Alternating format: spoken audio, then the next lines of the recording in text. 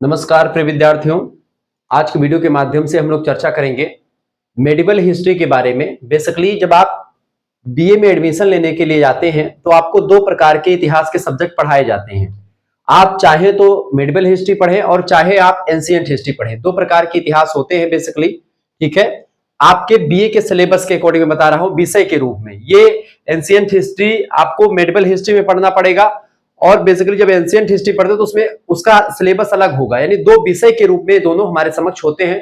अब हमारे ऊपर होता है कि हम कौन सी हिस्ट्री पढ़ना चाहते हैं। अगर आप एंशिएंट हिस्ट्री पढ़ेंगे तो उसमें आपको आर्ट एंड आर्किटेक्चर, स्थापत्य कला, मृदभान मिट्टी के बर्तन कैसे बनते थे, आप इन सभी चीजों के बारे में रिसर्च वगैरह करते रहते हैं और इसी सब के बारे में आपको पढ़ना होता है। साक्ष्य वगैरह के बारे में जानना होता है, बेसिकली सिक्के वगैरह कैसे कैसे क्या बनते थे पहले के राजा महाराजा, ये सब आपको पढ़ना होता है। यानी कि उसकी कला और स्थापत्य कला, आर्ट एंड आर्किटेक्चर के बारे में बेसिकली ज्यादा पढ़ना पड़ता है और भी प्राचीन भारत तक ही पढ़ना पड़ता है। 1206 ईस्वी तक के इतिहास तक ही आपको पढ़ना पड़ता है प्राचीन इतिहास में, तो वहीं तक सिलेबस खत्म हो जाता है। लेकिन जब आप हिस्ट्री सब्जेक्ट लेते हैं तो उसमें आपको प्राचीन काल से लेकर के और basically political history of India पढ़ना होता है अधिकतर चीजों में, ठीक है। राजनीतिक इतिहास, और वह इतिहास आपका शुरुआती दौर से लेकर के और आपको पढ़ना कहां तक होता है, आपको पढ़ना होता है भारत की आजादी तक, ठीक है। और इस तरीके से आप देखते हैं ये होता है आपका मेडिवल हिस्ट्री। तो आज का जो क्लास है ये मेडिवल हिस्ट्री वाले बच्चों के लिए है, यानी जिसमें आपको पढ़ना क्या क्या है। जिसमें आपको पढ़ना है बाबू ancient and early medieval India till 1206 AD. कहने का मतलब ये है कि प्राचीन और पूर्व प्रारंभिक या प्रारंभिक मध्यकालीन भारत। प्रारंभिक मध्यकालीन यानी कि जैसे 1206 ईस्वी तक का इतिहास पढ़ना है। 1206 ईस्वी में हुआ था दिल्ली सल्तनत की स्थापना। दिल्ली सल्तनत की स्थापना हो जाने से दिल्ली सल्तनत में पहला वंश जो है दिल्ली सल्तनत का गुलाम वंश, उसकी स्थापना 1206 ईस्वी में कुतुबुद्दीन ऐबक नाम के एक मतलब जो है व्यक्ति के द्वारा करी जाती है, जो कि विदेशी आक्रांता था। और बेसिकली आप देखेंगे ये मोहम्मद गौरी जो था उसी के साथ में भारत में आया था। मोहम्मद गौरी का गुलाम था कुतुबुद्दीन ऐबक, उसी को ये अपना राजपाट छोड़ करके यहाँ से जो भी लूटा उठा वो सामान छोड़ करके और भारत को इसके हवाले करके निकल जाता है। सबसे पहले अरब आक्रमणकारी जो आए 712 ईस्वी में आए, तो यहां से लेकर के और जो 1206 ईस्वी तक का समय काल, इसमें कोई एक सत्ता भारत पर काबिज नहीं रही। इसमें तमाम प्रकार के शासन प्रशासन हुए, उन सब के बारे में भी आपको यहाँ तक पढ़ना पड़ेगा। और साथ ही साथ में प्राचीन भारत से शुरू करके, यानी कि आपको यहाँ से वैदिक काल से लेकर के मतलब सिंधु घाटी सभ्यता, वैदिक काल, उससे पहले भी आप चले जाए तो आद्य ऐतिहासिक काल, जिसमें आपको प्राग ऐतिहासिक काल आपको पढ़ना है, आद्य ऐतिहासिक काल और उसके बाद ऐतिहासिक काल, तीनों के बारे में आपको जानना है। जैसे कि मान लेते पुरा पाषाण काल, मध्य पाषाण काल, ठीक है, नव पाषाण काल, ताम्र पाषाण काल, कांस्ययुगीन सभ्यता, इन सबको पढ़ते पढ़ते आपको आकर के वैदिक युग में आपको पढ़ना है, सिंधु घाटी सभ्यता पढ़ना है, ठीक है। तो ये सब पढ़ करके फिर आप आज प्रवेश करते हैं महाजनपद काल में, फिर आप चर्चा करते हैं उत्तर भारत के इतिहास के बारे में और इस तरीके से फिर आप आते हैं 1206 ईस्वी तक के इतिहास के बारे में। तो पूरा का पूरा सिनेरियो जो है कुछ इस प्रकार का है, जिसके बारे में आप आज की वीडियो के माध्यम से आप चर्चा करेंगे। तो शुरुआती इतिहास से लेकर के 1206 ईस्वी तक के इतिहास के बारे में, गुलाम वंश की स्थापना से पहले तक का इतिहास आपको बीए के प्रथम सेमेस्टर में पढ़ना होता है जब आप जो है एडमिशन लेते हैं। हालांकि सीबीसीएस पैटर्न में कुछ सिलेबस थोड़ा सा इसका कम रखा गया है, क्योंकि उसमें 4 साल का बीए रखा गया है, तो इस वजह से वहां पर सिलेबस आपका थोड़ा सा कम हो जाएगा। यानी कि जैसे आपका 1206 ना रख करके 712 या 657 या 647 ईस्वी तक के इतिहास को पढ़ना पड़ेगा, क्योंकि 647 ईस्वी तक का जो समय काल है उसमें हर्षवर्धन का जो है काल रहता है, हर्षवर्धन के तक के बारे में आपको पढ़ना है। तो जो भी पढ़ना है, आप इतिहास पढ़ना है, बेसिकली आप किसी भी विश्वविद्यालय में पढ़ रहे हैं, आपके लिए ही ये वीडियो एक मॉडल पेपर के रूप में आप देखेंगे, जिसमें अति लघुत्तरीय प्रश्न और दीर्घोत्तरीय और लघुत्तरीय प्रश्नों को संकलन किया गया है। पहले हम 10 अति लघुत्तरीय प्रश्नों को समझेंगे, फिर उसके बाद में दीर्घोत्तरीय प्रश्नों के बारे में, लघुत्तरीय प्रश्नों के बारे में आपको बताएंगे। और ऐसे प्रश्नों को रखा है जो पिछले 3 से 4 वर्षों में विभिन्न विश्वविद्यालयों में रिपीटेड क्वेश्चन है और मोस्ट रिपीटेड क्वेश्चन है। कम से कम 5 से 6 घंटे लगा है इस पीडीएफ को तैयार करने में, इस मॉडल पेपर को तैयार करने में। तो इसकी महत्ता को समझे और वीडियो को प्लीज लाइक करें। बिना समय गंवाए हुए मैं चीजों को आगे बढ़ता हूं और समझाने का प्रयास करता हूं। न्यू मॉडल पेपर है 2026, 27, 28 सभी के लिए, इससे बाहर आपका एक भी क्वेश्चन नहीं आने वाला है। बहुत ही बारीकी के साथ मैं बताऊंगा। ऐसे अगर आपने कुछ भी नहीं पढ़ा अभी तक और आपने केवल ये वीडियो देख करके गए, तो आपको कम से कम 60% से ऊपर नंबर एक ही वीडियो से, इसी 1 से 1.5 घंटे की वीडियो में आपको मिलने वाला है। तो प्लीज वीडियो को अंत तक जरूर देखें। एक बोतल पानी लेकर के बैठे या लोटे में पानी भरकर आराम से 2-3 घूंट पानी पीते रहे, चेहरे पर अपने जो है बढ़िया सा धुल ले मुंह, और उसके बाद में बैठिए पढ़ने, ताकि इत्मीनान से चीजों को पढ़ते रहे। हिस्ट्री बीए प्रथम semester, ancient and early medieval India till 1206 ईस्वी तक के इतिहास के बारे में पढ़ना है, यानी प्रारंभ से लेकर के 1206 ईस्वी तक के इतिहास के बारे में पढ़ना है। मॉडल पेपर है ये और प्रैक्टिस सेट नंबर 1 है। ऐसे ही 2-3 प्रैक्टिस सेट आप अगर देख लेंगे तो आपको कुछ सिलेबस वगैरह पढ़ने की जरूरत नहीं पड़ेगी, क्योंकि 8 इकाइयों से बनने वाले इंपॉर्टेंट प्रश्नों को इसमें मैंने शामिल कर दिया जो अभी तक परीक्षा में पूछे गए हैं। इससे बाहर एक भी क्वेश्चन आपका नहीं आएगा। पहला प्रश्न आपकी स्क्रीन पर आ चुका है, सभी लोग देखने का प्रयास करेंगे।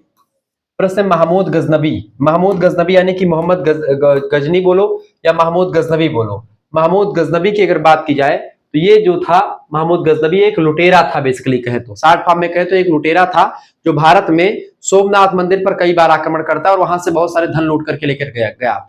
और जब ये जा रहा था तो कहा जाता कि बहुत सारे ऊंट और हाथी घोड़े जो थे एकदम से मतलब जो है कराहते हुए ऊंट, वैसे ऊंट एकदम से कहारते हुए जो है गए थे, एकदम से मतलब कि उनके मतलब पीठ पर इतना ज्यादा भार लदा हुआ था, इतने सोने चांदी लूट करके ले गया था यहाँ पर। ठीक है, 971 से लेकर के 1030 ईस्वी तक इसका समय काल रहा। गजनबी वंश का शासक था ये। भारत में कम से कम 17 बार इसने आक्रमण किया। ठीक है, ये बात ध्यान रखेंगे। और कब किया, देखिए उसने 1000 से लेकर के 1027 ईस्वी के बीच में भारत पर 17 बार आक्रमण किया। ये अति लघु उत्तरीय प्रश्न है जिसको आपको लिखना होता है। अति लघु उत्तरीय प्रश्न छोटे प्रश्न होते हैं जिनको 50 शब्दों में आपको लिख करके जो है अपना नंबर लेना होता है। तो ये एकदम फैक्चुअल क्वेश्चंस। देखिए महमूद गजनबी के बारे में ऐसे लिखने के लिए आपसे बोलेगा तो आसानी से लिख पाएंगे, कोई दिक्कत थोड़ी है इसमें लिखने में। प्रमुख आक्रमण की अगर बात की तो सूर्य मंदिर पर आक्रमण किया जो मथुरा में है। कन्नौज और विशेष करके सोमनाथ मंदिर पर इसने आक्रमण किया 1025 ईस्वी में। और सबसे भयानक आक्रमण यही था, सोमनाथ मंदिर वाला आक्रमण, जिसमें बहुत सारा धन ये लूट करके ले गया। ठीक है, महमूद गजनबी। उसका उद्देश्य था भारत की अपार धन संपदा को लूटना और अपनी शक्ति को बढ़ाना। और यहाँ पर यह शासन करने के दृष्टिकोण से नहीं आया था, केवल लूटने के लिए ये आया था महमूद गजनबी। महमूद गजनबी जब लौट करके जाता है उसके बाद में कौन आता है, मोहम्मद गौरी आता है। ठीक है, ये बात आप ध्यान रखेंगे। तो ये सब मैं क्वेश्चन बता रहा हूँ जो परीक्षा में पूछे गए, तो क्योंकि ये सब आपकी परीक्षा में आएंगे, ध्यान रखेंगे। दूसरा प्रश्न आपसे बन सकता है अति लघु उत्तरीय में शशांक कौन था, या ऐसे शशांक लिख करके छोड़ देगा, आपको उत्तर लिखना होगा। शशांक के बारे में बताएं। शशांक की अगर बात की जाए तो शशांक जो था ये गुप्तोत्तर काल में गौड़ यानी बंगाल का जो शासक था 7वीं शताब्दी ईसा पूर्व में। उसने समाधि स्थल से भगवान बुद्ध की मूर्ति हटवाई और बौद्ध धर्म को नुकसान भी पहुंचा था शशांक ने। ये शैव संप्रदाय यानी कि भगवान शंकर का बड़ा पुजारी था। शशांक का संघर्ष कन्नौज के राजा हर्षवर्धन से भी हुआ था। ठीक है, तो इनके बारे में थोड़ा सा जानकारी चूंकि आपको लेना है, अति लघु उत्तरीय प्रश्न का उत्तर लिखना है, तो इस तरीके से मैं आपको बता रहा हूं। बाकी अभी मैं दीर्घ उत्तरीय प्रश्नों को रखा हूं, उसमें आपकी उपलब्धियां वगैरह सब कुछ विस्तार चर्चा करूंगा, वहां पर मैं चर्चा करूंगा बहुत विस्तार से। अगला क्वेश्चन, तीसरा नंबर प्रश्न आप देखिएगा बाबू। प्रश्न है भीम द्वितीय कौन था। भीम द्वितीय की अगर बात की जाए तो भीम द्वितीय जो था, भीम द्वितीय गुजरात में एक वंश था सोलंकी वंश। ठीक है, तो गुजरात के सोलंकी वंश का एक शासक था भीम द्वितीय। 1178 में जो है ये जन्म होता है, 1241 तक इसका समय काल रहता है पूरा। ठीक है, ये बात आप ध्यान रखेंगे। और उसने 1178 ईस्वी में तराइन की लड़ाई के बाद भारत पर आक्रमण करने वाले मोहम्मद गौरी को पराजित करता है ये। ठीक है, यह विजय मुस्लिम आक्रमणों के इतिहास में अत्यंत महत्वपूर्ण मानी जाती है और इस तरीके से आप देखते हैं ये भीम द्वितीय इंपॉर्टेंट व्यक्ति माना जाता है। अगला क्वेश्चन आपके स्क्रीन पर आ चुका है, अभी मैं समझा करके बताऊंगा दीर्घ उत्तरीय प्रश्नों को। प्रश्न नालंदा यूनिवर्सिटी, नालंदा विश्वविद्यालय के बारे में बताएं। चूंकि ये क्वेश्चंस आपको 50 शब्दों में ही लिखने होते हैं, फैक्चुअल क्वेश्चंस होते हैं अति लघु उत्तरीय वाले। नालंदा यूनिवर्सिटी बहुत महत्वपूर्ण भूमिका है नालंदा विश्वविद्यालय की, क्योंकि विदेशों से लोग यहाँ पर पढ़ने आते थे। और जब पढ़ने आते थे यहाँ पर लोग तो फिर यहाँ के बारे में लिखते थे, इतिहास के बारे में जानकारी देने में बेसिकली विदेशी यात्रियों का बड़ा हाथ रहा है, जिसमें ह्वेनसांग, ठीक है, मेगास्थनीज, ऐसे तमाम प्रकार के विद्वानों ने लिखा भारत के बारे में। ठीक है, इंडिका नाम की पुस्तक मेगास्थनीज ने लिखा, सीयूकी नाम की पुस्तक ह्वेनसांग ने लिखा। ठीक है, फाहियान आया था, ह्वेनसांग आया था, ऐसे तमाम प्रकार के यात्री आए जिन्होंने पढ़ाई करने की निस्बत से कुछ लोग आए। ठीक है, इब्न बतूता आया था मोरक्को से, तमाम सारे लोग आए। तो नालंदा विश्वविद्यालय की बात की जाए तो इसकी स्थापना 5वीं शताब्दी ईसा पूर्व में गुप्त शासक थे, उनका नाम था, बड़े फेमस गुप्त शासक है, क्योंकि गुप्त शासकों को या गुप्त काल को इतिहास का स्वर्णकाल कहा जाता है। और उन्हीं गुप्त काल में आप देखते हैं, चाहे स्थापत्य कला की बात हो, चाहे सिक्कों की छपाई की बात हो, स्वर्ण मुद्राओं की बात हो, या किसी आप एक संस्कृति की या कल्चर की बात हो, या जो है सनातन धर्म के उत्कर्ष की बात हो, सब कुछ आपको यहाँ पर मिलेगा गुप्त काल में। गुप्त काल के शासकों ने हूणों को पराजित किया, यहाँ से भगाया और तमाम प्रकार के बाहरी आक्रमणों से रक्षा करी भारत की। ठीक है, गुप्त काल के शासकों ने। कुमारगुप्त प्रथम नाम के एक शासक हैं गुप्त वंश के, उन्होंने ही नालंदा विश्वविद्यालय की स्थापना उनके काल में ही करवाई गई थी। विश्व का सबसे प्राचीन आवासीय विश्वविद्यालय था ये, सबसे प्राचीन एंड सबसे पुराना आवासीय विश्वविद्यालय माने होता है कैंपस यूनिवर्सिटी थी, जहां पर बच्चे रह करके पढ़ते थे, यानी कि वहां पर बच्चे जाकर के रहते, जैसे आजकल बीएचयू कैंपस यूनिवर्सिटी, ठीक है, वहां पर आवासीय विश्वविद्यालय जो है बीएचयू जो है सबसे बड़ा आवासीय विश्वविद्यालय है अपने यहाँ का, एशिया का मान सकते हैं, ठीक है, उत्तर भारत का, मतलब पूरे भारत का मान लीजिए, एशिया में मान लीजिए, चूंकि इतना बड़ा और नहीं है कोई विश्वविद्यालय। यहाँ 10,000 विद्यार्थी और 1000 शिक्षक रहते थे, यानी 1000 शिक्षक कम से कम रहते थे, 10,000 विद्यार्थी यहाँ पर अध्ययन करते थे। ह्वेनसांग नाम का एक विद्वान जो कि हर्षवर्धन के समय काल में भारत में आया था, इसकी एक पुस्तक है सी यूकी नाम की पुस्तक। कौन सी पुस्तक है बेटा? सी यूकी नाम की पुस्तक लिखता है। ऑब्जेक्टिव में कई बार क्वेश्चन पूछा था कि सी यूकी पुस्तक का लेखक कौन है? ह्वेनसांग है। किसके दरबार में आया? हर्षवर्धन के दरबार में आया था, ठीक है, ये बात आप ध्यान रखिए। कहाँ का यात्री था? चीन का यात्री था। और इत्सिंग नाम का यात्री भी यहाँ पर आया था, ये चीनी यात्री है, यहाँ पर आकर के नालंदा विश्वविद्यालय में ये लोग अध्ययन किया करते थे, ठीक है। इसे 12वीं शताब्दी में बख्तियार खिलजी नाम का एक व्यक्ति था, उसने इसको नष्ट कर दिया था। बख्तियार खिलजी ने किसको? नालंदा यूनिवर्सिटी को। कहा जाता है नालंदा विश्वविद्यालय की जो लाइब्रेरी थी उसमें आग लगवा दी गई थी, और वो आग जो बहुत दिनों तक जलती रही। इतनी ज्यादा पुस्तकें थी, जो अच्छी अच्छी किताबें थी, लोग लेकर के निकल गए विदेशी लोग, और यहाँ पर जो चीजें थी वो सब जल करके उसमें खाक हो जाती हैं। इस तरीके से चीजें थी। अशोक का धम्म, देखिए इसको समझने से पहले ऐसे ही तमाम प्रकार के प्रश्न मैंने रखे, दीर्घ उत्तरीय टाइप के भी प्रश्नों को रखा गया है, तो परेशान नहीं होना। लेकिन अगर आपको हमारे साथ जुड़ना है, ऐसी ही प्रैक्टिस सेट आपको प्राप्त करनी है पीडीएफ फॉर्म में 9161936062, इस नंबर पर व्हाट्सएप पर आप एसएमएस कर दीजिएगा। तमाम प्रकार के प्रैक्टिस सेट, इंपॉर्टेंट प्रश्नों की श्रृंखलाएं और प्रीवियस ईयर क्वेश्चन पेपर सब कुछ आपको मिलेंगे। आप इस नंबर पर एसएमएस कर दीजिएगा अपना नाम, अपनी यूनिवर्सिटी का नाम, अपने सब्जेक्ट्स के नेम और आप किस सेमेस्टर में है अपने सेमेस्टर का नाम लिख करके भेज दीजिएगा। प्रथम सेमेस्टर में है आप लिख करके भेज दीजिएगा।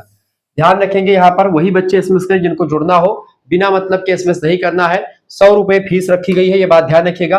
तो वहां पर आकर के ये ना कहे गुरुजी जो है हमको ऐसे फ्री में दे दीजिए, हम पैसे नहीं दे पाएंगे या फिर पैसे नहीं है हमारे पास, ऐसे आप कमेंट करते। चूंकि जब 100 रुपए फीस रखी गई है, आप एडमिशन करवाते बीए में, कम से कम 3000 या 2000 रुपए का एडमिशन होता है, और वो भी एक सेमेस्टर का, ठीक है। और उसके बाद में फिर आप एग्जामिनेशन फी देते हैं, तमाम प्रकार की फीस देते हैं। आप किताब खरीदोगे 200-300 रुपए की किताब आती है, आप एक सीरीज खरीदोगे मार्केट से, कम 60 रुपए की एक सीरीज आती है, एक सीरीज की बात मैं कर रहा हूं। और जब आप जो है मेरे कोर्स से ज्वाइन होते तो मात्र 100 रुपए में एक सब्जेक्ट नहीं बल्कि सारे सब्जेक्ट की तैयारी हो जाती है, ठीक है। तो आप जैसे ही एसएमएस करेंगे इस नंबर पर, व्हाट्सएप पर आपके पास एक क्यूआर कोड हम भेजेंगे, स्कैनर, उसी स्कैनर पर आपको 100 रुपए फीस जमा कर देनी है। अगर आप ऑनलाइन माध्यम नहीं यूज करते हैं, न करती हैं, तो आप किसी दूसरे से, अपने घर में कोई चलाता हो, बाहर कोई चलाता हो, कोई दोस्त वगैरह चलाता हो, आप उनसे भी फीस जमा करवा सकते हैं और अपने जो है जुड़ सकते हैं हमारे व्हाट्सएप ग्रुप से। वहां पर आपको क्या मिलेगा? लाइव क्लास की लिंक मिलेगी, प्लस में आपको वीडियो लेक्चर्स मिलेंगे, ठीक है।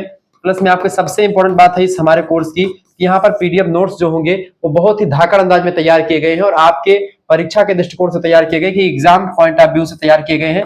एक क्रैश कोर्स टाइप पीडीएफ है कि आप उसको जो है मात्र 4-5 दिनों में पढ़ करके समाप्त भी कर सकते हैं।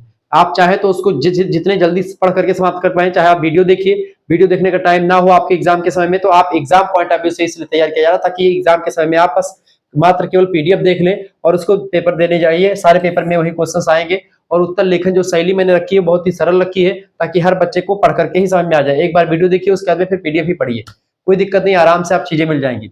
इसमें क्या होगा आपको बेटा? सभी सब्जेक्ट का, यानी 3 मेजर सब्जेक्ट, 1 माइनर सब्जेक्ट, 1 को करिकुलर सब्जेक्ट, इन चारों पांचों सब्जेक्ट की तैयारी मात्र और मात्र इसी 100 रुपए फीस में आपकी करवा दी जाएगी। ये बात आप ध्यान रखेंगे, केवल 100 रुपए फीस में सभी सब्जेक्ट की आपकी तैयारी हो जाएगी, ये बात आप ध्यान रखेंगे। सबसे इंपॉर्टेंट बात है कि इसमें आपको क्या क्या मिलेगा, जैसे कि मॉडल पेपर, जो ऐसे ये मॉडल पेपर चल रहा है, ऐसे ही कई सारे मॉडल पेपर प्रैक्टिस सेट मिल जाएंगे। रिवीजन क्लास, परीक्षा के अंतिम दौरान में रिवीजन क्लास चलेगी आप। और यहाँ पर सबसे इंपॉर्टेंट बात है कि परीक्षा जो होगी, चाहे आपकी परीक्षा चाहे एमसीक्यू बेस पर हो और चाहे लिखित हो, यानी कि अति लघु उत्तरीय, लघु उत्तरीय, दीर्घ उत्तरीय टाइप की हो। जिस ये लिखित टाइप का मॉडल पेपर मैं सॉल्व करवा रहा हूँ, ऐसे ही ऑब्जेक्टिव मॉडल पेपर भी मैं सॉल्व करवाऊंगा, वो भी लाइव फॉर्म में, आपके कमेंट्स के आंसर भी साथ में दिए जाएंगे और टेस्ट चलेगी, प्रैक्टिस सेट चलेगी, वो सब आपको मिलते रहेंगे यहाँ पर। तो एक बहुत ही बेहतर अंदाज में तैयारी होगी आपकी। Geography, political science, Hindi, history, Sanskrit, ऐसे तमाम प्रकार के सब्जेक्ट्स के मॉडल पेपर, विजन क्लास और ऐसे तमाम प्रकार की क्लासेस सब कुछ आपको मिलेगी मात्र 100 रुपए फीस में। परीक्षा ऑब्जेक्टिव हो चाहे लिखित हो, सभी टाइप का आपको यहाँ पर मॉडल पेपर मिलने वाला है, ये बात आप ध्यान रखेंगे। तो प्लीज वीडियो को लाइक करें, चैनल पर नए तो सब्सक्राइब कर दीजिएगा और ध्यान रखें सभी विश्वविद्यालयों के लिए महत्वपूर्ण है। बिहार में आप पढ़ते हैं, राजस्थान में पढ़ रहे हैं, उत्तर प्रदेश में पढ़ रहे हैं, या उत्तर प्रदेश के सारे विश्वविद्यालय, राजस्थान के, बिहार के, उत्तराखंड के, मध्य प्रदेश के, अधिकतर जो हिंदी भाषी प्रदेश है वहां सबके बच्चे इसको पढ़ सकते हैं और चीजों को क्लियर कर सकते हैं। चलिए, तुरंत एसएमएस कीजिए, व्हाट्सएप नंबर पर तुरंत जुड़ जाइए। तो ध्यान रखें, एसएमएस वही बच्चे करें जिनको जुड़ना हो, बिना मतलब के एसएमएस नहीं करना है, बात आप ध्यान रखिएगा। पांचवा प्रश्न है अशोक का धम्म। ठीक है, धम्म माने क्या होता है? देखें, धम्म शब्द की अगर बात करें बेटा, धम्म शब्द आपने सुना होगा, धम्म, धम्म माने होता धर्म। संस्कृत में धर्म जो शब्द था उसी का विकृत रूप होता है धर्म, धम्म। पाली और प्रकृत भाषा में धर्म आकर के धम्म बन जाता है, संस्कृत का धर्म धम्म बन जाता है। और जैसे आप देखें, अगर भाषाई जो है की बात की, पुनर्गठन की, तो संस्कृत भाषा में क्या कहते हैं? संस्कृत में जो धर्म शब्द था, धर्म, धर्म शब्द, ये जो है पाली में आकर के क्या बन जाता है? धम्म बन जाता है। ठीक है, धम्म बन जाता है। प्राकृत में भी यही ये धम्म धम्म ही रहता है। ठीक है, ये धम्म आकर के जो है जब अपभ्रंश या अवधि में आता है, हमारे फिर से हिंदी में आ जाता है, ये धर्म बन जाता है। ठीक है, तो ये होता है भाषा का प्रतिरूप। क्योंकि सबसे प्राचीन भाषा कौन सी है? संस्कृत है। संस्कृत के बाद में पाली भाषा बनी, पाली के बाद में प्राकृत बनी, प्राकृत के बाद में अपभ्रंश बनी, अपभ्रंश के बाद में फिर छिटपुल एरियाज में अवहट्ट, और इसी अपभ्रंश या अवहट्ट से हिंदी का निर्माण हुआ। ठीक है, तो इसीलिए संस्कृत की जो भाषा है, संस्कृत एक विद्वानों की भाषा थी। उसी समय पाली और प्राकृत भाषाएं जो थी बेसिकली वो एक आम जनमानस की भाषाएं थी। ठीक है, वो छुटपुट भाषाएं, यानी कि जो आम नागरिक थे, सामान्य जनता थी, वो बोलती थी। तो जो बौद्ध धर्म के जो प्रवर्तक है महात्मा बुद्ध जी, उन्होंने संस्कृत में उपदेश ना देकर के उन्होंने पाली भाषा में उपदेश देने का काम किया, क्योंकि जनता को बातें समझ में आ जाए। इसलिए उनका जो है सिद्धांत उस समय बड़ा फेमस हुआ, और इसीलिए बौद्ध धर्म के जो प्रचारक, खास करके जो अशोक नाम का एक राजा था, उसने बौद्ध धर्म का काफी प्रचार प्रसार किया, खूब प्रचार किया। ठीक है, अपने पुत्रों को अलग अलग जगहों पर भेजा। तो उसी का धम्म के बारे में बताया, धम्म चक्र प्रवर्तन जो चलता है, धम्म चलता है। तो अशोक राजा जो है ये मौर्य वंश का शासक है।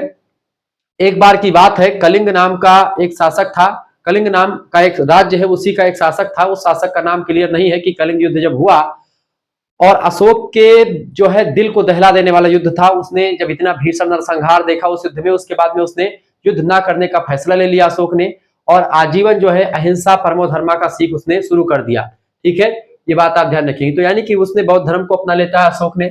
तो कलिंग युद्ध के बाद में 261 ईसा पूर्व की बात है, उसके बाद में कलिंग युद्ध हुआ था। उसके बाद अशोक ने बौद्ध धर्म अपनाया और धम्म नीति का प्रचार प्रसार करना शुरू कर दिया। धम्म नीति मतलब कि धर्म के बारे में बताया कि भाई अहिंसा नहीं करनी है, जीवों की हत्या नहीं करनी, सब कुछ बताया। एक तमाम प्रकार के लेख लिखवाने, तमाम जो है उत्कृष्ट लेख, स्तंभ लेख, प्रस्तर लेख, सब कुछ लिखवाना शुरू कर दिया।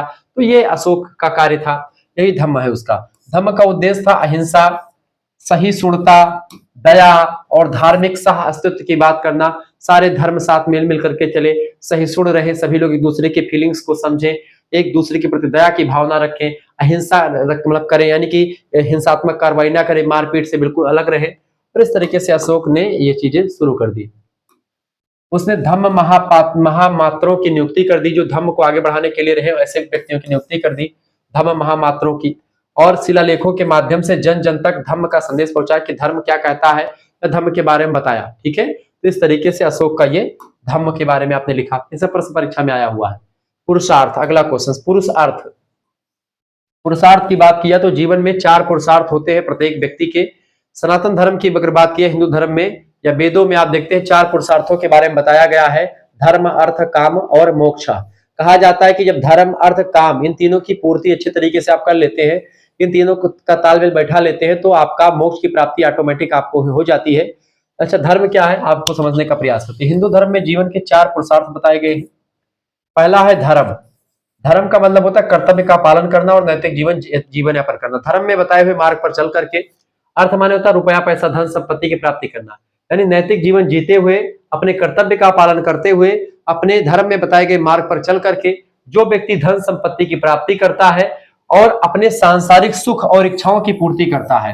क्योंकि काम माने क्या होता है? जीवन की इच्छाओं की पूर्ति करना। तो सांसारिक सुख और इच्छाओं की पूर्ति के लिए धर्म में बताए हुए मार्ग का पालन करते हुए, नैतिक नियमों का पालन करते हुए जो व्यक्ति धन संपत्ति प्राप्त करता है, क्योंकि धन संपत्ति कैसे प्राप्त करना है, किसके लिए? शारीरिक सुख को भोगने के लिए। ठीक है, इच्छाओं की पूर्ति के लिए हमको क्या चाहिए? मनी चाहिए, पैसा चाहिए। वो पैसा कैसे कमाएंगे? धर्म में बताए हुए मार्ग पर चल करके, कर्तव्य का पालन करके। 2 नंबरी पैसा नहीं कमाएंगे, 1 नंबर का पैसा है, चाहे नमक रोटी खाना पड़े, लेकिन हाँ जो है ऐसा पैसा। तो इस तरीके से जो व्यक्ति करता है, उस व्यक्ति को क्या मिलता है? जन्म मरण से मुक्ति मिल जाती है, उसी को मोक्ष कहा जाता है। यानी कि मोक्ष का मतलब ये होता है जब आपके जीवन की समस्त इच्छाएं संपूर्ण हो जाती हैं, तो वह व्यक्ति मोक्ष का अधिकारी होता है। और जिस व्यक्ति की इच्छाएं नहीं मरती, मतलब कि नहीं खत्म होती हैं, वह व्यक्ति, जिस व्यक्ति की इच्छाएं नहीं मरती हैं बेटा, इच्छाएं नहीं समाप्त होती हैं, वह व्यक्ति मोक्ष का अधिकारी नहीं होता है। फिर से वो जन्म मरण के चक्कर में फंस जाता है और उसका फिर दूसरी योनि में उसका जो है जन्म हो जाता है। तात्पर्य यह है कि जो व्यक्ति अपने जो है काम पर, यानी अपनी इच्छाओं पर कंट्रोल कर लेता है, अपनी इच्छाओं की पूर्ति कर लेता है और जीवन के अंतिम चरणों में वो भगवान में तल्लीन हो जाता है, ऐसे व्यक्ति को आवागमन के इस बंधन से, इस मृत लोक के जो है संकट से उसको छुटकारा मिल जाता है और वो उह लोक को, यानी कि परम लोक या परम धाम को पहुंच जाता है। इस तरीके से ये अगर धर्म, अर्थ और काम, इन तीनों का अच्छे तरीके से तालमेल बैठा लिया जाए तो किसी व्यक्ति को मोक्ष प्राप्ति से कोई रोक नहीं पाएगा। ये अवधारणा हिंदू धर्म में बताई गई है और बड़ी साइंटिफिक अवधारणा है, बड़ी जबरदस्त अवधारणा है। पुरुषार्थ जीवन के आदर्श और लक्ष्य माने जाते हैं। अगला क्वेश्चन, प्रतिहारों की उत्पत्ति, ओरिजिन ऑफ प्रतिहारास। प्रतिहार, गुर्जर प्रतिहार वंश के शासक। देखिए, प्रतिहार वंश का उदय 8वीं शताब्दी ईस्वी में राजस्थान में हुआ था। इस वंश का संस्थापक था नागभट्ट प्रथम। प्रतिहारों ने अरब आक्रमणों को रोका और 9वीं से 10वीं शताब्दी में कन्नौज को अपनी राजधानी प्रतिहारों ने बनाया, गुर्जर प्रतिहार के वंश ने। इसके बारे में, प्रतिहार वंश के बारे में इतना आप लिख देंगे तिलक में काफी है, बाकी दीर्घोत्तरे में आगे आने वाले समय में चर्चा करता रहूंगा। अगला प्रश्न, मेगास्थनीज। मेगास्थनीज एक विदेशी यात्री था। मेगास्थनीज यात्री कह सकते हैं या फिर एक ऐसा लेखक था जो कि अपने राजा के साथ में आया था, एक दूत के रूप में आया था। सेल्यूकस निकेटर ने भेजा था मेगास्थनीज को, ठीक है। और ये चंद्रगुप्त मौर्य के दरबार में आकर के रहता था। ये यहाँ पर रहकर के इसने इंडिका नाम की पुस्तक लिखी, जिसमें सारे तमाम प्रकार के भारत के जो है इतिहास के बारे में जानकारी मिल जाती है उस समय चंद्रगुप्त मौर्य के शासनकाल की।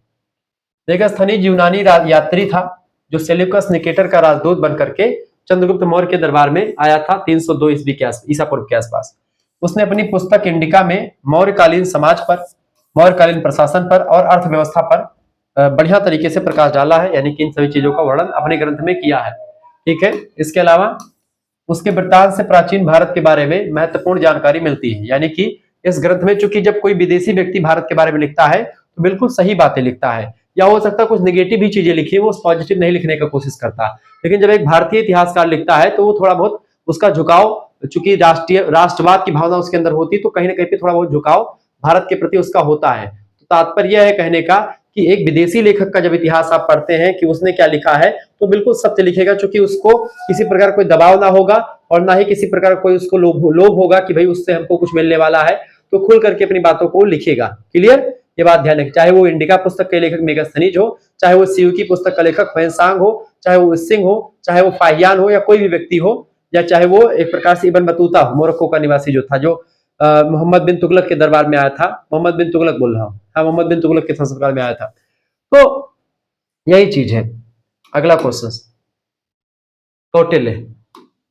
अगला प्रश्न क्या है बाबू, कौटिल्य के बारे में बताएं। कौटिल्य कौन थे? कौटिल्य की रचना, कौटिल्य आपको पता होगा चंद्रगुप्त मौर्य के सबसे बड़े या सबसे बड़े पद पर जो था चंद्रगुप्त मौर्य के बाद में, तो चाणक्य महोदय थे। चाणक्य ने ही चंद्रगुप्त मौर्य को खरीदा और इनको इतना ट्रेंड किया कि वह एक प्रकार से बहुत आगे बढ़ पाए, और वो एक पूरे अखंड भारत की संकल्पना जो चाणक्य के मन में थी उसका संकल्प पूरा करवाया चंद्रगुप्त मौर्य ने। चंद्रगुप्त मौर्य को इतना ट्रेनिंग दे दी थी चाणक्य ने कि भाई चंद्रगुप्त मौर्य ही ऐसा व्यक्ति था जो चाणक्य के नियमों का पालन कर पाया।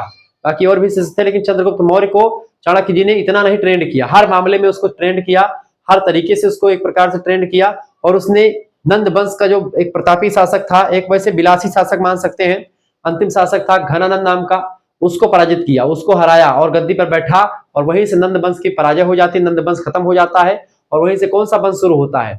नंद वंश के बाद में मौर्य वंश। मौर्य वंश ने पूरे भारत में ही नहीं बल्कि आप देखते हैं अफगानिस्तान से लेकर के वहां तक कंधार उंधार तक पूरा चला गया था, पाकिस्तान इधर ऊपर पूरा जम्मू कश्मीर से लेकर सब शासन अपने यहाँ पर हो गया था।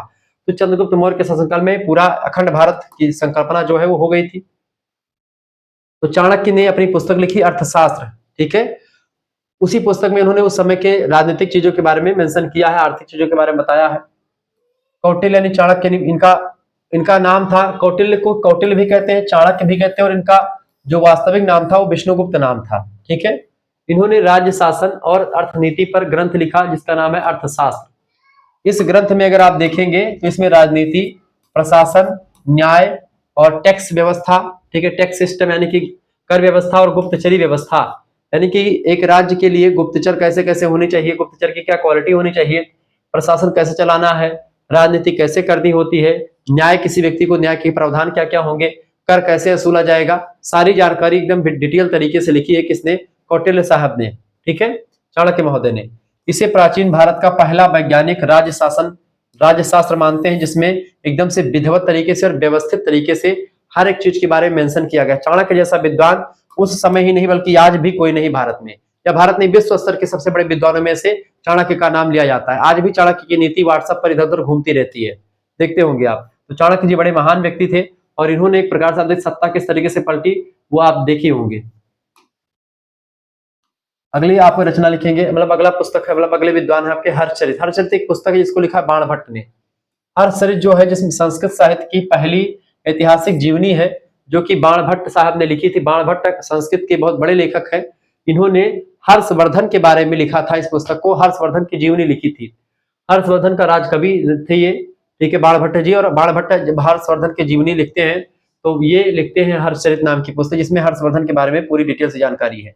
इसमें हर्षवर्धन के जीवन के बारे में, हर्षवर्धन का शासन कब से कब तक रहा और पूरी जानकारी, कितनी उपलब्धियां हासिल करी, और समकालीन समाज यानी उस समय समाज कैसा था हर्षवर्धन के काल में, सबके बारे में बढ़िया तरीके से अपनी पुस्तक इसमें हर्षचरित में लिखते हैं। हर्षवर्धन के बारे में तो लिखते हैं, लेकिन हर्षवर्धन के साथ साथ और भी जो शासन चल रहा था उसके बारे में भी इनकी पुस्तक में जानकारी मिल जाती है। तो ऐतिहासिक दृष्टिकोण से साहित्यिक स्रोत के रूप में इनकी पुस्तक हर्षचरित का नाम लिया जाता है, ये बात आप ध्यान रखेंगे। मेगस्थनीज की इंडिका का नाम लिया जाता है। चंद्रगुप्त मौर्य के जो अमात्य थे, प्रधानमंत्री थे चाणक्य जी, उनकी पुस्तक जो है क्या नाम है, इकोनॉमिक्स यानी अर्थशास्त्र पुस्तक का नाम लिया जाता है। तो ये सब पुस्तकें बड़ी फेमस हैं। और कल्हड़ की राज तरंगड़ी बड़ी फेमस पुस्तक है। इस तरीके से आप लोगों ने इन चीजों को समझा। तो अभी तक आपने अति लघु उत्तरीय 10 अति लघु उत्तरीय प्रश्नों को देख लिया। अब हम चर्चा करते हैं दीर्घ उत्तरीय टाइप के प्रश्नों के बारे में और विस्तार से। दीर्घ उत्तरीय चाहे बोलो चाहे लघु उत्तरीय बोलो, आप किसी भी तरीके से प्रश्न पूछे आप आसानी से लिख पाएंगे, ठीक है, ये बात ध्यान रखिएगा। वीडियो को शेयर कर दीजिएगा। चलिए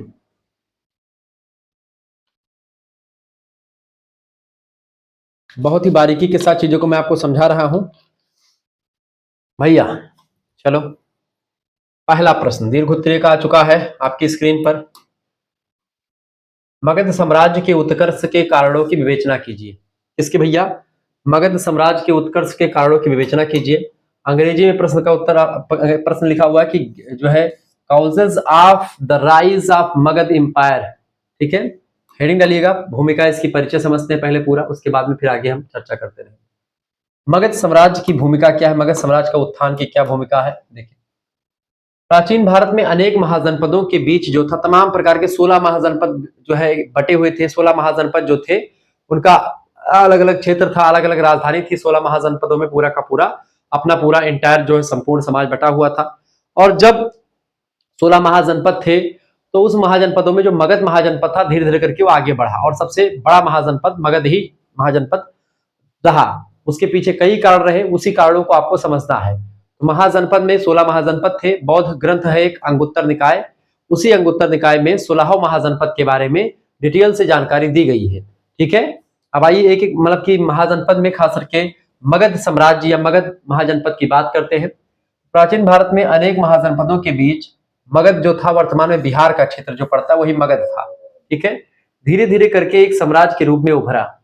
6ठी शताब्दी ईसा पूर्व से लेकर के 4ठी शताब्दी ईसा पूर्व तक, यानी कि ईसा मसीह के 400-500 साल पहले अगर देखेंगे तो तब तक मगध का प्रभाव इतना बढ़ गया कि पूरे उत्तर भारत का राजनीतिक का केंद्र बन चुका था। चाहे बिहार या उत्तर प्रदेश के कुछ इलाकों की बात की जाए या पश्चिम बंगाल के कुछ इलाकों की बात की, तो यानी कि एक केंद्र बन गया। यहीं से सारी सत्ता, ये सभी जो आसपास के छोटे जनपद थे, महाजनपद थे, वो लोग इनको टैक्स दिया करते थे, ठीक है, मगध एम्पायर वालों को। तो एक केंद्र बन जाता है। मगध के उत्कर्ष के पीछे अनेक भौगोलिक कारण रहे, अनेक आर्थिक कारक, सामाजिक और राजनीतिक कारक रहे। उन कारणों के बारे में हम चर्चा करते हैं कि आखिरकार कौन कौन से कारक रहे हैं जिनकी वजह से मगध साम्राज्य इतना विशाल भूखंड पर फैला और इतना ज्यादा इसका दबदबा कायम रहा। मगध एम्पायर या मगध साम्राज्य के उत्कर्ष के कई प्रमुख कारण रहे हैं, आइए समझते हैं। पहला कारण था भौगोलिक कारण। भौगोलिक कारण की अगर बात की जाए, भौगोलिक स्ट्रक्चर की अगर बात की जाए, इसका स्ट्रक्चर कैसा था बाबू? इसका स्ट्रक्चर कुछ इस तरीके से था, जैसे देखिए, पहला भौगोलिक स्थिति, जियोग्राफिकल लोकेशन इसकी बड़ी जबरदस्त थी। मगध जो है बेसिकली कहां पर पड़ता है? गंगा के मैदान में बसा हुआ था। और गंगा का मैदान जो है बेसिकली उपजाऊ क्षेत्र है, डेल्टाई क्षेत्र है, वहां पर खूब ज्यादा खेती होती है, उपज बहुत ज्यादा होती है, कृषि भी ज्यादा होती है, तो कृषि की उपज ज्यादा थी, टैक्स भी अच्छा मिलता था, जिसके कारण से यहाँ उपजाऊ भूमि और सिंचाई की पर्याप्त सुविधा थी, इसलिए सबसे इंपॉर्टेंट था। दूसरी बात, गंगा और सोन नदी, गंडक नदी, ये सारी नदियां जो थी परिवहन के लिए और संचार के साधन प्राप्त करती थी, क्योंकि नदियों के माध्यम से परिवहन बड़ा सस्ता होता है। नदी में आप नाव में बैठ जाइए, बहती हुई नदी जा रही, बिना तेल पानी की आप आसानी से एक स्थान से दूसरे स्थान पर व्यापार कर सकते थे। तो व्यापारिक दृष्टिकोण भी था और व्यापार भी एक स्थान से दूसरे स्थान पर बड़े आसानी से नदियों के माध्यम से हो जाता था। तो ऐसी स्थिति में ये व्यापारिक दृष्टिकोण से भी एक आगे बढ़ता गया, टैक्स भी मिल रहा है, खेती भी अच्छी हो रही है और आवागमन के साधन भी हैं, संचार के साधन भी हो जाए, चूंकि एक स्थान से व्यक्ति दूसरे स्थान पर जाएगा तो कम्युनिकेशन होगा, एक फीलिंग्स दूसरी फीलिंग्स को समझेंगी, वो बताएगा, कुछ बातें समझेगी। आज तो आज ऐसा फोन तो था नहीं, व्हाट्सएप तक फोन मिला दो सारी चीजें हो जाए, नहीं, तो कहीं ना कहीं पे आप देखेंगे तो ये चीजें थी, तो ये परिवहन के साधन थी। इसके साथ ही साथ तो ये था भौगोलिक कारण, जिसकी वजह से यहाँ पर ये जनपद जो है आगे बढ़ा। दूसरा कारण है आपका, दूसरा कारण है उपजाऊ भूमि और कृषि। उपजाऊ भूमि और कृषि की अगर बात की जाए तो यहाँ की भूमि अत्यंत उपजाऊ थी, धान और अन्य फसलें भरपूर मात्रा में होती थी, जिससे राजस्व की अधिक प्राप्ति होती। राजस्व माने टैक्स, यानी राजा को टैक्स अच्छा मिलता था, इस वजह से राज्य जो है संपन्न हुआ और राजा के पास शक्तियां आई, जिससे आसपास के महाजनपद जो है इससे डरने लगते हैं और इससे मिल जाते हैं, कुछ लोग डर जाते हैं, इस तमाम सारी चीजें होती। प्राकृतिक संसाधन, नेचुरल रिसोर्स भी इनके पास था। मगध के निकट लौह अयस्क की खदानें भी थी, विशेष करके राजगृह और गिरिब्रज नाम के जो एक प्रकार से स्थान है, यहाँ पर उस समय खदानें वगैरह थी, जहां पर लौह वगैरह मिलते रहते थे, ठीक है। तो इसके भी वजह से यहाँ पर चीजें थी, और इससे क्या बनते थे, लोहे से हथियार और कृषि के उपकरण तैयार किए जाते थे और आसानी से मिल जाते थे। तो ऐसे में इसका दबदबा और थोड़ा सा बढ़ता गया, क्योंकि जितने भी संसाधन आप देखते हैं, जैसे कि सऊदी वूदी आपके पास भले कुछ ना हो, लेकिन उनके पास क्या है, अमीरी इसलिए है उनके पास, क्योंकि अमीर इसलिए है क्योंकि इनकी जनसंख्या भी कम है और साथ ही साथ में उनके पास तेल है, और जो और कहीं पर आपको कम मिलता है। रिसोर्स अगर जिस राज्य के पास होता है, उस राज्य को कोई खतरा नहीं होता है, उसको लोग नहीं कब्जा करने की कोशिश करते, उससे लोग हमेशा हाथ मिला करके चलते हैं। चौथा कारक कारण रहा जिससे आज जब मगध एम्पायर जो है इतना बढ़ा, राजनीतिक नेतृत्व, पॉलिटिकल लीडरशिप भी इसकी बड़ी जबरदस्त थी। जैसे कि बिंबिसार नाम का शासक, अजातशत्रु जैसे शासकों ने सैन्य और राजनीतिक दृष्टि से मगध को शक्तिशाली बनाया, जिससे कहीं ना कहीं पे मगध एम्पायर जो था एकदम से पावरफुल होकर के उभरा। युद्ध नीति इनकी अच्छी थी, विवाह संबंध के माध्यम से भी एक दूसरे राज्य को मिला लेते थे, कूटनीति भी इनकी बड़ी जबरदस्त थी, और इन सभी के प्रयोग से इन्होंने अपने क्षेत्र का विस्तार किया, क्षेत्र को आगे बढ़ाया और एक माहौल ऐसा क्रिएट किया जिससे ये साम्राज्य जो है बहुत आगे तक गया। पांचवा इसका कारण रहा सैन्य शक्ति, मिलिट्री स्ट्रेंथ भी इनकी इसकी बड़ी जबरदस्त थी। हाथियों की बड़ी संख्या थी मगध एम्पायर के पास, मगध साम्राज्य के पास, और प्रशिक्षित सेना थी, ऐसी सेना थी जिनको ट्रेनिंग मिली हुई थी, किस तरीके से कब किस सिचुएशन में कैसे युद्ध करनी है, इसकी ट्रेनिंग इनकी जो है सेनाओं को मिलती थी। युद्ध में विजय सुनिश्चित करने के लिए सेनाओं का मनोबल बढ़ना और सेनाओं का प्रशिक्षण बहुत जरूरी होता है, ट्रेनिंग बहुत जरूरी होती है, वो ट्रेनिंग इनके सेनाओं को मिली थी, इनकी हाथियों को मिली थी, ये भी इसका प्रभावी जो है कारण रहा। इसके साथ ही साथ में छठा अगर देखेंगे आप, इसका कारण क्या रहा कि ये आगे बढ़े, मगध एम्पायर जो है इतना आगे बढ़ा। इसका अगला कारण है धार्मिक और सांस्कृतिक प्रभाव, यानी कि रिलीजियस एंड कल्चरल इन्फ्लुएंस। कहने का मतलब यह है कि बौद्ध धर्म और जैन धर्म के विकास से मगध की ख्याति बढ़ी थी, और इसलिए मगध में अधिकतर जो आप देखते हैं बौद्ध धर्म और जैन धर्म का प्रभाव था, तो इस वजह से आप देखते हो इसे बौद्ध धर्म ज्यादा प्रभावित रहा, और इस तरीके से आप देखते हैं कि यहाँ पर धार्मिक एकता भी आपको दिखाई पड़ी।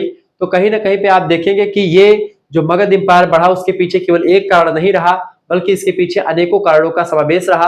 अनेकों कारण जब इकट्ठा होते उसके बाद में एक ऐसा धमाका हुआ जिसको पूरा संसार देखता रह गया, और इस तरीके से मगध एम्पायर के अंडर में ही मगध एम्पायर सबसे बड़ा एम्पायर था, 16 महाजनपदों में से सबसे बड़ा महाजनपद जो था वो मगध महाजनपद ही था।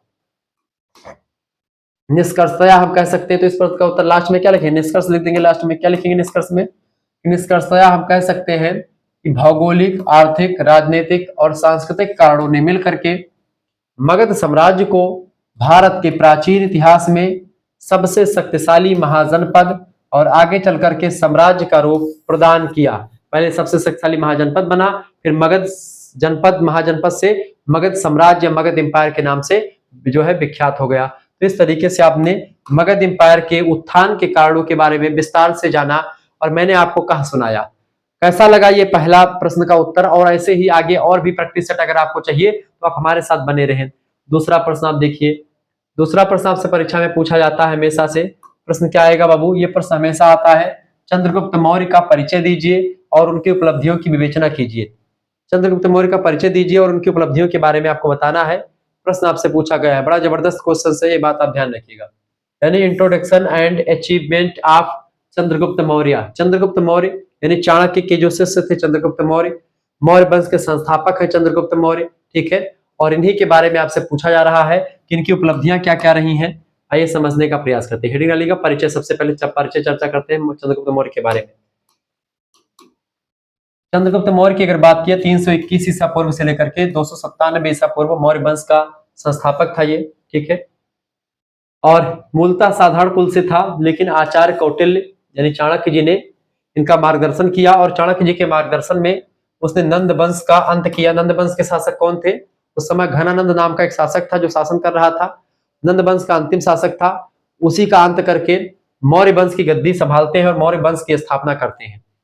तो नंद वंश का अंत कर एक सशक्त साम्राज्य की स्थापना की। यूनानी लेखक जस्टिन जिसका नाम है, और एक नाम है प्लूटार्क। जस्टिन और प्लूटार्क जो है इसके गुणगान गाने से थकते नहीं है, और जस्टिन और प्लूटार्क ने भी इसका जो है उल्लेख अपने ग्रंथों में किए हैं। ऐसा विद्वान था चंद्रगुप्त मौर्य। न केवल भारतीय शासक इससे डरते थे, बल्कि चंद्रगुप्त मौर्य से जो सेल्यूकस निकेटर नाम का जो सेनापति था, किसका सेनापति था? वो सिकंदर महान का सेनापति था। विश्व विजेता सिकंदर जिसको कहते हैं, भारत से वापस लौटाने में चंद्रगुप्त मौर्य और चाणक्य जी का बड़ा हाथ था। ऐसे ही नंद वंश के शासक को छोड़ करके वो नहीं जाता, वो आता कब्जा करता। लेकिन इतना ज्यादा भ्रांतियां फैला दी चंद्रगुप्त मौर्य जी ने और चाणक्य जी ने, इतना कूटनीति खेल गए कि वो लोग भागते नहीं, यहाँ पर थके, भाग करके गए। फिर चंद्रगुप्त जब सिकंदर मर जाता है, उसका जो सेनापति होता है सेल्यूकस निकेटर, वह आता है आक्रमण करने के लिए। किस पर आक्रमण करने के लिए आता है बाबू? यह आक्रमण करता है कि भाई चलो अब बदला लेंगे। चूंकि उसको पहले से ही शक था कि कुछ हमारे साथ खेल किया गया है, लेकिन उस समय सिकंदर ने कहा नहीं अब लौट चलो, हो गया जिसको जितना लौटना, मतलब जितना हमको चलना था हमने कर लिया। सेना भी थकी थी तो ये लोग लौट चलते हैं, ठीक है। उसके बाद में जब लौट आते हैं, जब इसकी मृत्यु हो जाती है सिकंदर की, तो उसका सेनापति जो था सेल्यूकस निकेटर, वो राजगद्दी पाता है। और जब वो राजगद्दी पर बैठता तो वो उसके अंदर एक वो थी, मतलब एक चुल्ल मची थी कह सकते हैं। अपनी तुरंत सेना उन्होंने तैयार किया, कहा चलो फिर से भारत पर आक्रमण करते हैं। तब तक यहाँ पर भैया चंद्रगुप्त और चाणक्य जैसे विद्वान गद्दी पर बैठे हुए थे। मौर्य वंश की स्थापना हो चुकी थी, साम्राज्य बदल चुका था, ठीक है। अब टिट फॉर टैट की बात थी, अब कूटनीति नहीं बल्कि जो है शस्त्र नीति का प्रयोग करना था। और जैसे सेल्यूकस निकेटर आता है, दौड़ा दौड़ा करके मारा जाता है भारतीयों के द्वारा। और इस तरीके से भारतीयों में कौन? चंद्रगुप्त मौर्य चाणक्य की बुद्धि, चंद्रगुप्त मौर्य का जो है बल और चाणक्य की बुद्धि, इस बल और बुद्धि के पराक्रम ने जो है धराशाही कर दिया पूरे सेल्यूकस निकेटर की सेना को।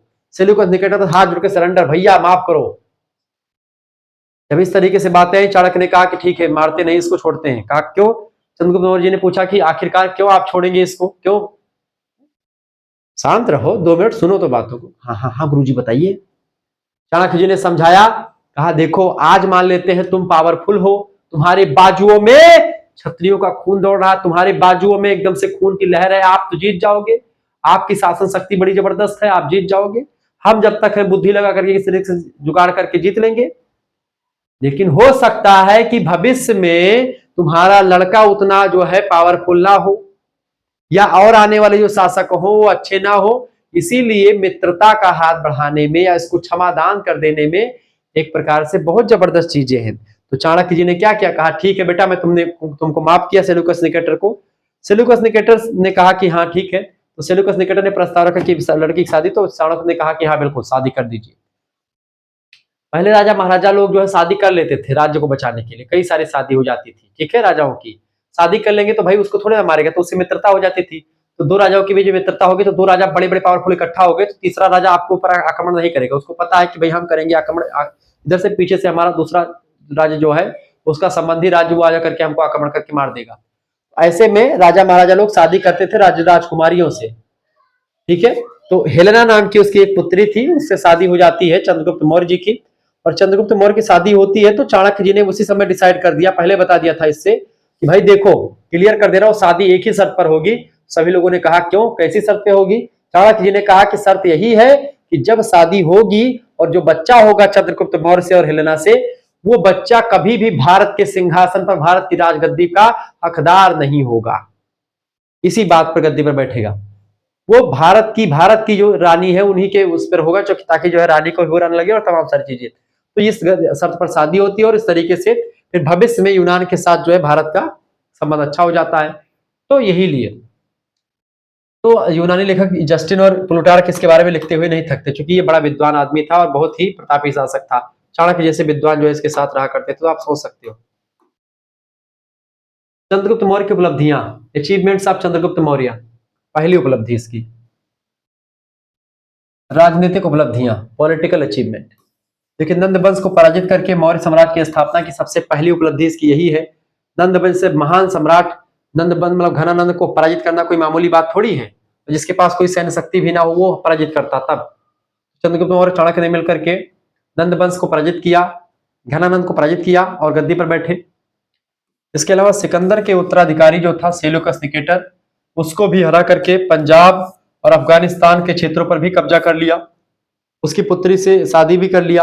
तमाम सारी चीजें आप देखते हैं तो कहीं ना कहीं पे आप देखिएगा कि ये बड़ा प्रतापी शासक था। और इसने आप देखते हैं दो बड़े चीजों को, एक तो नंद वंश की गद्दी जो भारत पर साम्राज्य पहले से बनाए हुए था उसको धराशायी किया, और जो एक विश्व विजेता सिकंदर उसका सेनापति था, उसका उत्तराधिकारी था सेल्यूकस निकेटर, उसको भी पराजित कर दिया।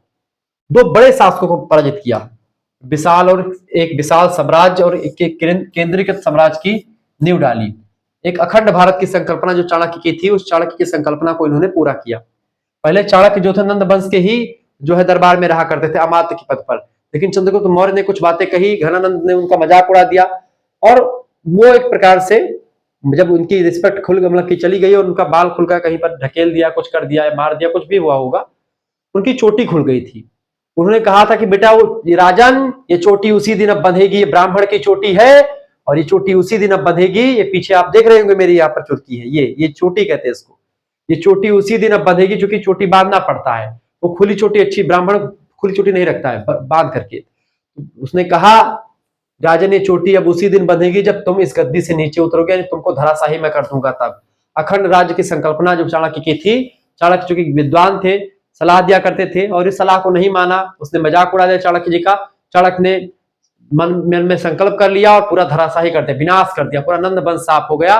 गद्दी पर चाणक्य को मतलब चंद्रगुप्त मौर्य को बैठा दिया और अपना अमात्य के पद पर बैठे। पहले भी अमात्य थे लेकिन उनकी बातों को उतना सही तरीके से नहीं देखता था ये। तो ये हुआ। सैन्य उपलब्धियां इसकी क्या क्या थी बेटा? सैन्य उपलब्धियां, मिलिट्री अचीवमेंट की अगर बात की जाए, चंद्रगुप्त मौर्य की मिलिट्री अचीवमेंट की अगर बात करें, चंद्रगुप्त के पास विशाल सेना थी। ग्रीक लेखकों के अनुसार इसमें 6 लाख पैदल सैनिक थे। ग्रीक लेखक जो है उन्होंने कहा कि पैदल सैनिक लगभग 6 लाख से अधिक थे। 30,000 घुड़सवार थे, 9,000 हाथी, 8,000 रथ, इतने चीजें इसके पास थी, विशाल संपदा थी। यह सेना भारत की सबसे बड़ी सेना और शक्तिशाली सेनाओं में से एक थी। ये बात आप ध्यान रखेंगे। चंद्रगुप्त मौर्य की सेना अखंड भारत की बात मतलब उत्तर भारत का पूरा साम्राज्य इसी के अंडर में था। तीसरी उपलब्धि है प्रशासनिक उपलब्धि, एडमिनिस्ट्रेटिव अचीवमेंट। आचार्य कौटिल्य के द्वारा लिखित अर्थशास्त्र चंद्रगुप्त मौर्य के प्रशासन का आधार था। इसी पर चंद्रगुप्त मौर्य जो है अपनी शासन संभालते थे या बताते थे। चाणक्य से बिना पूछे कुछ नहीं करते थे। केंद्रीकृत शासन व्यवस्था, कर प्रणाली और जासूसी तंत्र को संगठित करने का काम भी चाणक्य का अर्थशास्त्र करता है। प्रांतीय शासन के माध्यम से साम्राज्य को नियंत्रित किया, यानी प्रांतों को छोटे छोटे प्रांतों में बांट करके सभी को बांट दिया, लेकिन प्रांतों का जो एकदम से जो बागडोर थी वो केंद्र के हाथों में थी, ऐसा व्यवस्थित किया गया। चौथी बात, आर्थिक उपलब्धियों की बात की, यानी इकोनॉमिक अचीवमेंट। इकोनॉमिक अचीवमेंट की बात की तो कृषि कर और व्यापार से राजस्व की व्यवस्था की इसने, ये भी एक उपलब्धि है कि कृषि का कर और व्यापार से टैक्स वसूला, यानी कृषि में अगर उत्पादन अच्छा हो, उत्पादन के हिसाब से टैक्स लेता था। सिक्कों का प्रचलन, वाणिज्य का विकास, यानी व्यापार का विकास, वाणिज्य का विकास, यहाँ से आपका उद्योगों का विकास होना शुरू हो जाता है। इसके अलावा अगली अचीवमेंट इसकी क्या है? धार्मिक और सांस्कृतिक उपलब्धियां, रिलीजियस एंड कल्चरल अचीवमेंट। इसकी अगर बात की जाए तो जीवन के अंत में जैन धर्म की ओर आकर्षित हुआ था चंद्रगुप्त मौर्य, और श्रवण बेलगोला खास करके जो कर्नाटक में पड़ता है वहीं पर जाकर के संन्यास लेकर के देह को अपने त्याग दिया था चंद्रगुप्त मौर्य ने। ये संन्यास लेने का जो यहाँ पर होता है, ये संथारा प्रथा होती है बेसिकली। संथारा प्रथा में क्या होता है, ये व्यक्ति एकदम वृद्ध हो जाता है तो वो बिना कुछ खाए पिए जो है अपने आप को रखता है, संन्यास लेता है और बिना कुछ खाए पिए अपने शरीर को प्राणों को त्याग देता है। तो संथारा प्रथा कहते हैं उसको, जैन धर्म की एक प्रथा है। तो इस तरीके से इसकी कई सारी अचीवमेंट थी चंद्रगुप्त मौर्य की। निष्कर्षतः हम कह सकते हैं कि चंद्रगुप्त मौर्य ने अपनी वीरता, संगठन क्षमता और कौटिल्य के मार्गदर्शन से भारत में प्रथम बार एक व्यापक साम्राज्य की स्थापना की। उसकी उपलब्धियां भारतीय इतिहास में स्वर्ण अक्षरों में अंकित की जाती हैं, ये बात आप ध्यान रखेंगे। यानी बड़ा ही प्रतापी शासक रहा है चंद्रगुप्त मौर्य। तीसरा प्रश्न आप देखिएगा, तीसरा प्रश्न भैया, हर्षवर्धन की उपलब्धियों का मूल्यांकन कीजिए। हर्षवर्धन की उपलब्धियों का मूल्यांकन कीजिए, यानी कि एवोल्यूशन ऑफ हर्षवर्धन अचीवमेंट। बढ़िया प्रश्न है। हर्षवर्धन की जो उपलब्धियां हैं वो क्या क्या है, तो समझने का प्रयास करते हैं। हर्षवर्धन कौन थे? हर्षवर्धन बेसिकली पुष्यभूति वंश के शासक हैं। प्रभाकर वर्धन के पुत्र हैं, राज्यवर्धन के छोटे भाई हैं, राजश्री के भाई हैं। प्रभाकर वर्धन के दो पुत्र थे, एक राज्यवर्धन बड़ा भाई था और हर्षवर्धन छोटे भाई थे। इनकी बहन भी थी राजश्री, जिनका विवाह कन्नौज के सुवर्मन से हुआ था। ये चीजें ध्यान रखिए। तो हर्षवर्धन की बात की है तो 606 ईसा पूर्व से ईस्वी से लेकर के 647 ईस्वी तक का जो शासनकाल है यह हर्षवर्धन का है। भारत के महान शासकों में गिना जाता है इनको।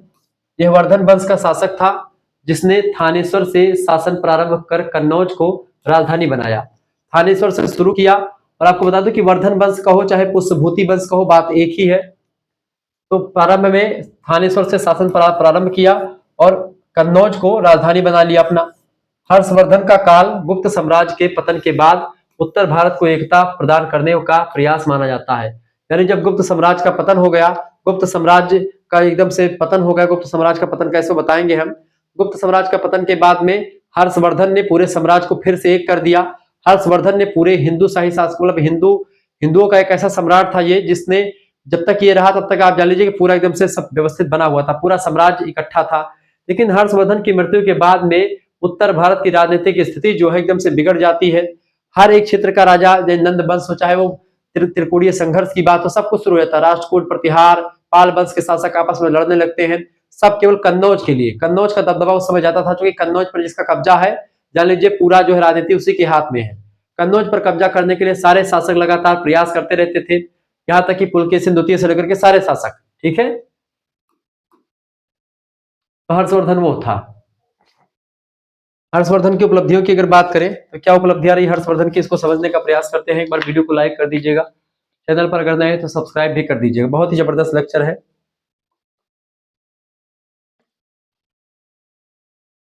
चलिए आगे देखते हैं हर्षवर्धन की प्रमुख उपलब्धियां, मेन अचीवमेंट्स ऑफ हर्षवर्धन। देखिए हर्षवर्धन बड़ा प्रतापी शासक था, एक एकता के सूत्रपात में पूरे भारत को संजोने का काम किया। राजनीतिक उपलब्धियां इसकी, पॉलिटिकल अचीवमेंट्स। देखिए जब भी लिखना हो तो ऐसे आप लिखिए पॉलिटिकल, राजनीतिक उपलब्धियां, ऐतिहासिक उपलब्धियां, सामाजिक उपलब्धियां, सांस्कृतिक उपलब्धियां, यही सब लिखिए। और क्या ही लिखना होता है इसमें, बना करके लिख दीजिए, कोई दिक्कत थोड़ी होती है।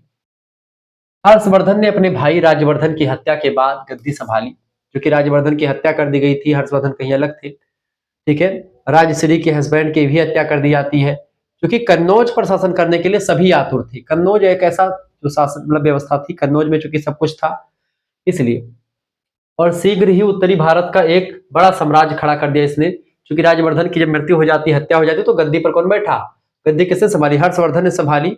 और संभालने के बाद में उत्तर भारत को एकदम से बहुत बड़ा साम्राज्य के रूप में इसने जो है व्यवस्थित किया।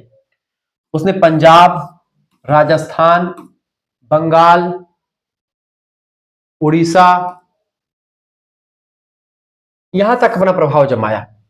आप देखिए केवल उत्तर भारत में ही नहीं कि हाँ उत्तर भारत में, पंजाब, राजस्थान, बंगाल, उड़ीसा, यहां सब तक अपने कब्जे में कर लिया था पूरा हर्षवर्धन ने। ठीक है, सारे शासक इससे जो थे वो कहीं ना कहीं पे ईर्ष्या भी करते थे। वैसे ईर्ष्या ने उत्तर भारत का पूरा एक छत्र राज इसने किया, इसमें कोई दो राय नहीं है। लेकिन दक्षिण भारत का एक शासक था, दक्षिण में चालुक्य वंश का सबसे प्रतापी शासक था पुलकेशिन द्वितीय। पुलकेशिन द्वितीय से युद्ध हुआ था इसका, जिसमें हर्षवर्धन को पराजय मिली थी। पहला युद्ध में हारा था ये पुलकेशिन द्वितीय से। किंतु उसने उत्तरी भारत पर अपनी सत्ता को बनाए रखा। हार गया था लेकिन सत्ता पर काबिज नहीं होने दिया पुलकेशिन द्वितीय को। भले ही ये पराजित हो गया था लेकिन वो सत्ता उसके हाथों में ही थी। सैन्य उपलब्धियां क्या थी इसके पास? सैन्य उपलब्धियों की बात की जाए तो सैन्य उपलब्धियां, मिलिट्री अचीवमेंट्स, हर्षवर्धन की सेना में लगभग 60,000 हाथी और 50,000 घुड़सवार के आसपास थे, ऐसा माना जाता है। उसने अनेक छोटे छोटे राज्यों को जीत करके साम्राज्य का विस्तार किया था और इस तरीके से अपने साम्राज्य को आगे बढ़ाया था। हर्षवर्धन ने कई छोटे छोटे साम्राज्य को मिला करके उनसे टैक्स वगैरह लेकर के और उनको स्वराज्य के लिए छोड़ दिया जाता था। धार्मिक उपलब्धियां, रिलीजियस अचीवमेंट। देखिए हर्ष प्रारंभ में शैव धर्म को मानने वाला था, शंकर भगवान को मानता था, शंकर भगवान वाले धर्म को मानता था। परंतु बाद में ये बौद्ध धर्म को अपना बौद्ध धर्म से प्रभावित होता है, फिर बाद में जैन धर्म से भी प्रभावित हो जाता है। चीनी यात्री ह्वेन सांग के अनुसार हर्ष ने अनेक बौद्ध विहारों का निर्माण करवाया, तमाम स्तूप बनवाए और मठों का भी निर्माण करवाया था। किसने? हर्षवर्धन ने। ऐसा कौन कहता है? ह्वेन सांग कहता है अपनी पुस्तक सियोकी में। कन्नौज और प्रयागराज में विशाल धार्मिक सभाएं भी आयोजित करवाई जाती थी जो कि हर्षवर्धन ने करवाई थी। सांस्कृतिक उपलब्धियों की अगर बात की जाए, कल्चरल अचीवमेंट्स, तो हर्षवर्धन की जो सांस्कृतिक उपलब्धियां हैं, खास करके हर्ष स्वयं में क्या था? स्वयं हर्ष विद्वान था और कवि भी था। उसने संस्कृत में 3 नाटक लिखे, रत्नावली, प्रियदर्शिका और नागानंद जैसे नाटकों का रचना इसने करी। तो हर्षवर्धन जो है चूंकि ये विद्वान था, विद्वानों की इसको कदर थी, विद्वानों के बारे में चीजों को जानता था और अच्छे तरीके से लिखने का काम करता था। ये बात आप ध्यान रखेंगे, बहुत ही बारीकी के साथ मैं चीजों को आपको बताने का प्रयास कर रहा हूं। ठीक है, तो चीजें आपकी क्लियर हो रही बेटा? तो हर्ष स्वयं क्या था? विद्वान था, कवि था। उसने संस्कृत में 3 नाटक लिखे, रत्नावली नाम का नाटक, प्रियदर्शिका और नागानंद जैसे नाटकों का सृजन किया। इसके अलावा उसके दरबार में, किसके दरबार में? हर्षवर्धन के दरबार में बाणभट्ट, जो कि बाणभट्ट संस्कृत के महान विद्वान माने जाते हैं, उनकी रचना है हर्षचरित। उस हर्षचरित का लेखन किया बाणभट्ट ने। और कादंबरी जैसे महान रचना का लेखन किसने किया? बाणभट्ट साहब ने किया, जो कि इसके दरबारी कवि थे। किसके? हर्षवर्धन के दरबार में रहा करते थे। मयूर भट्ट जैसे विद्वान भी इन्हीं के दरबार में ही रहा करते थे। यानी अगर विद्वता की दृष्टि से देखें तब भी इसका जो शासनकाल है बड़ा जबरदस्त है, इसकी उपलब्धियां बड़ी जबरदस्त है। प्रशासनिक उपलब्धियों की अगर बात की जाए तो प्रशासनिक उपलब्धियों में अगर देखा जाए तो उसने गुप्तकालीन परंपराओं को अपनाया और प्रांतीय शासन व्यवस्था को संगठित किया। गुप्त काल का जो साम्राज्य जो तितर बितर हो रहा था उसको इकट्ठा किया और उन्हीं के पैटर्न पर आगे चीजों को बढ़ाया। ठीक है, प्रजा के कल्याण हेतु कर व्यवस्था को सरल बनाने का काम भी इसने किया। क्लियर? तो इस तरीके से कई सारी उपलब्धियां हर्षवर्धन की रही हैं। हर्षवर्धन बहुत ही प्रतापी शासक था, विद्वान शासक था, संस्कृतियों का संरक्षण करता था, छोटे छोटे राज्यों को जीत करके बड़े मिलाया था, साम्राज्य विस्तारक था। और हर्षवर्धन गद्दी का हकदार था नहीं, लेकिन इसके बड़े भाई राजवर्धन की हत्या के बाद में गद्दी पर बैठता है और उसके बाद में फिर ये अपना जलवा दिखाता है। और इसके बाद में आप देखते हैं जब ये मतलब इसकी मृत्यु जब हो जाती है 647 के आसपास, उसके बाद में फिर आप देखते हैं कि पूरा साम्राज्य एकदम से बिखर जाता है और कन्नौज पर आक्रमण करने के लिए पूरा का पूरा एक जो टोली रहती है राजाओं महाराजाओं की, चाहे दक्षिण भारत के शासक हो चाहे पूर्वी पश्चिमी, सारे शासक बस कन्नौज पर कब्जा करने के लिए उद्धत हो जाते हैं। इसे त्रिकोणीय संघर्ष भी चलता है।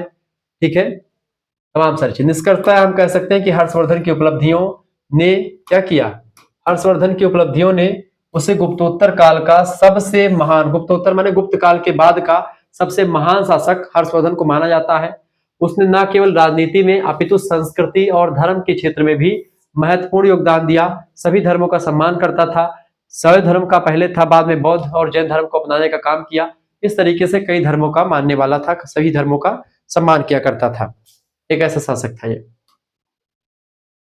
अगला क्वेश्चन आ चुका है, मिहिर भोज की उपलब्धियों की विवेचना कीजिए। मिहिर भोज की उपलब्धियों की विवेचना कीजिए, यानी कि अचीवमेंट्स ऑफ मिहिर भोज। मिहिर भोज की उपलब्धि बताएं। मिहिर भोज कौन थे भाई? देखें, आप अतिलघुत्री में आपसे क्वेश्चन देखें तो आप अतिलघुत्री में कौन सा क्वेश्चन बनेगा भाई? देखो, मिहिर भोज कौन था, मिहिर भोज लिख करके छोड़ देगा, तो आप इतना लिख देंगे तो आपका अतिलघुत्री प्रश्न का उत्तर हो जाएगा। मिहिर भोज 836 से लेकर के 885 ईस्वी गुर्जर प्रतिहार वंश का शासक था।